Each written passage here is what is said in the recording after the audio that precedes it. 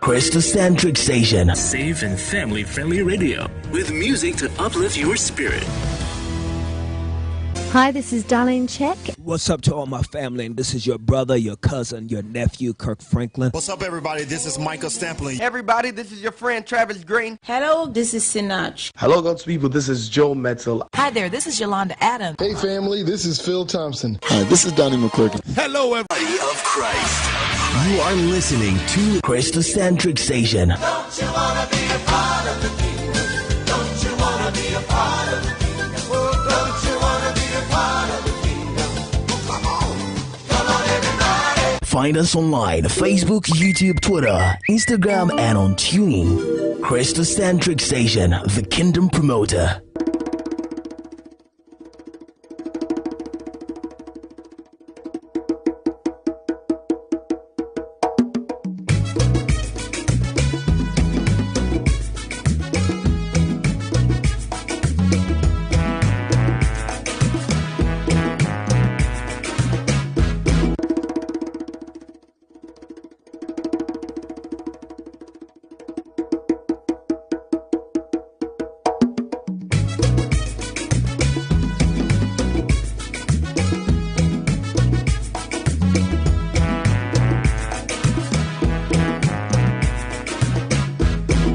Good day, ladies and gentlemen, and I'd like to welcome you to the Kristocentric News live on the Kristocentric station.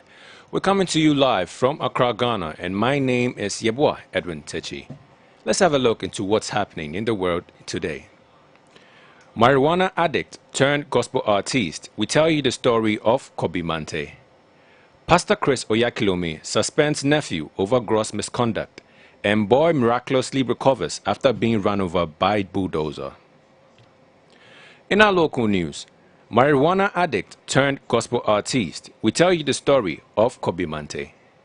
Narcotics addiction, especially weed, has become a bane in the sight of society for decades. Renowned gospel artiste Kobe Mante, in a conversation with Fifi Folsom on the Gospel Drive Online, revealed that he was a victim of this canker. Let's listen to what he says about his experience. And I started smoking weed when I was in SS. So you moved from cigarette? I mean, I stopped smoking cigarette at some point and I entered to weed. And then weed, when I entered Accra Academy, that was when I started smoking weed. Who introduced you to it? The guy who introduced me to weed is even now in America, Charlie. He's also now a Christian. Oh, praise God. Tanaki, wow. For him, I think it was when we were staying at SCC. That was when somewhere around Pueja. Okay. That was when. So it's like he just like we met and he said like Charlie Yenkojame. Okay. And then we went and you know this ghetto we got there and I was so naive. But I was, you see, you are naive but you want to do the thing. That's right. Curiosity. Curiosity. That's the thing. I wanted to do it. So Charlie, they passed it on, and that day I thought I was dying. Trust me, what happened to me that day? You over you over the thing. It is just the grace of God that I'm here. And that was Kobe Mante speaking on the Gospel Drive Online. Although born into a Christian home with a prayerful mother, he was not positively affected by it, as he was yet to experience Christ for himself. In the interview, he revealed that as a kid, peer pressure got to his bad side, causing him to start smoking and drinking alcohol as early as 9 years old. Experts advise against the use of the drug in any form, as continuous intake could lead to decreased cognitive abilities, reduced IQ, lower educational attainment, psychosis, suicidal ideation, actual suicide, schizophrenia, and addiction-like behavior. To prevent others from making the bad decisions he made, he called for guardians to supervise their children and scrutinize those they associate with. He further advised them to show their children what they want them to learn and keep acts they do not want them to see away from them, as children tend to replicate what they see. Some cannot break free from this addiction, and others have yet to fall into it.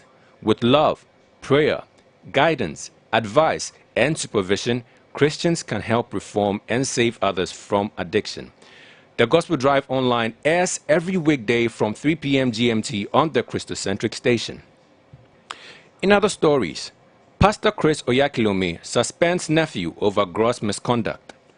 The founder of Love World Incorporated, better known as Christ Embassy, Pastor Chris Oyakhilome, has indefinitely suspended his nephew, Dr. Desmond Oyakhilome, from all official responsibilities over gross misconduct. He made this announcement during a communion service on Sunday, 7th August 2022. Let's have a listen as to what he said. Discipline your children, for in that there is hope. Do not be a willing party to their death. Because if you don't correct them, they're going to go in the wrong direction. And it's certain death. Now, for the Love World Next and Love World Innovations, which are part of our youth organizations, the one who has been president of Love World Next and Love World Innovations, Desmond Oyakhilome Wokire, is hereby removed from being president of Love World Next and Love World Innovations, and also suspended from all official roles for acts of gross misconduct. Gross misconduct. So he no longer handles any of that, and I'm putting him under spiritual rehabilitation. He has to go through a spiritual rehabilitation program from now with immediate effect. Such misconduct is unacceptable. And that was Pastor Chris speaking. Before his suspension, Dr. Desmond Oyakhilome served as the president of Love World Next and Love World Innovations. He was once described by business mogul Mark Zuckerberg as an icon and Amazon of innovation and invention. He is also a three-time winner of the American Academy of Animations Award, winner of the Walt Disney Awards, and was among the 16 nominees for the Future Africa Leaders Awards in 2015, all before he turned 20 years. Although the exact reason for the suspension is still unknown, some media outlets assume that it is as a result of fraudulent activities. Others state that it may be because he endorsed Nigerian presidential candidate Bola Tinubu. During the communion service, Pastor Chris, aside from the suspension of his nephew, added that he will go through a spiritual rehabilitation program during this period. This statement was, however, not made to ostracize his nephew, but rather to set him aside, reform him, and possibly restore him. This is opposed to society's cancel culture. Casting someone aside without care for their total well-being could breed a relapse of the negative behavior, like prisoners who keep repeating the same crime. Without putting in place a proper program to positively reform the person, he or she is more likely to make a one-time mistake a lifestyle. Forgiveness is a must, but reform is also necessary to prevent that act from happening again. In our international news, boy miraculously recovers after being run over by bulldozer. A 6-year-old Texas boy by the name Bodie Boring survived a brush with death as he was accidentally run over by an 18-pound bulldozer. Bodie was hospitalized with numerous injuries, including fractures in his pelvic bone, 2 bruised lungs, a fractured blood clot in his brain, and a brain bleed. He was later diagnosed with COVID-19 while he was at the hospital. The mother shared the experience with KBTX TV. It's a miracle, and there's only one explanation as to why he's still here, and I truly believe that that's God. Bodie Boring's journey has been anything but. His mom Samantha calls him a walking miracle.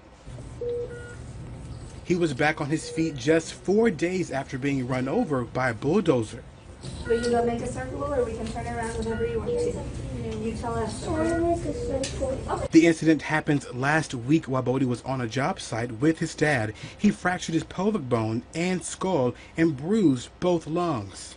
They did some more imaging, they did some CTs and MRIs, and that's when they noticed the blood clot and brain bleed.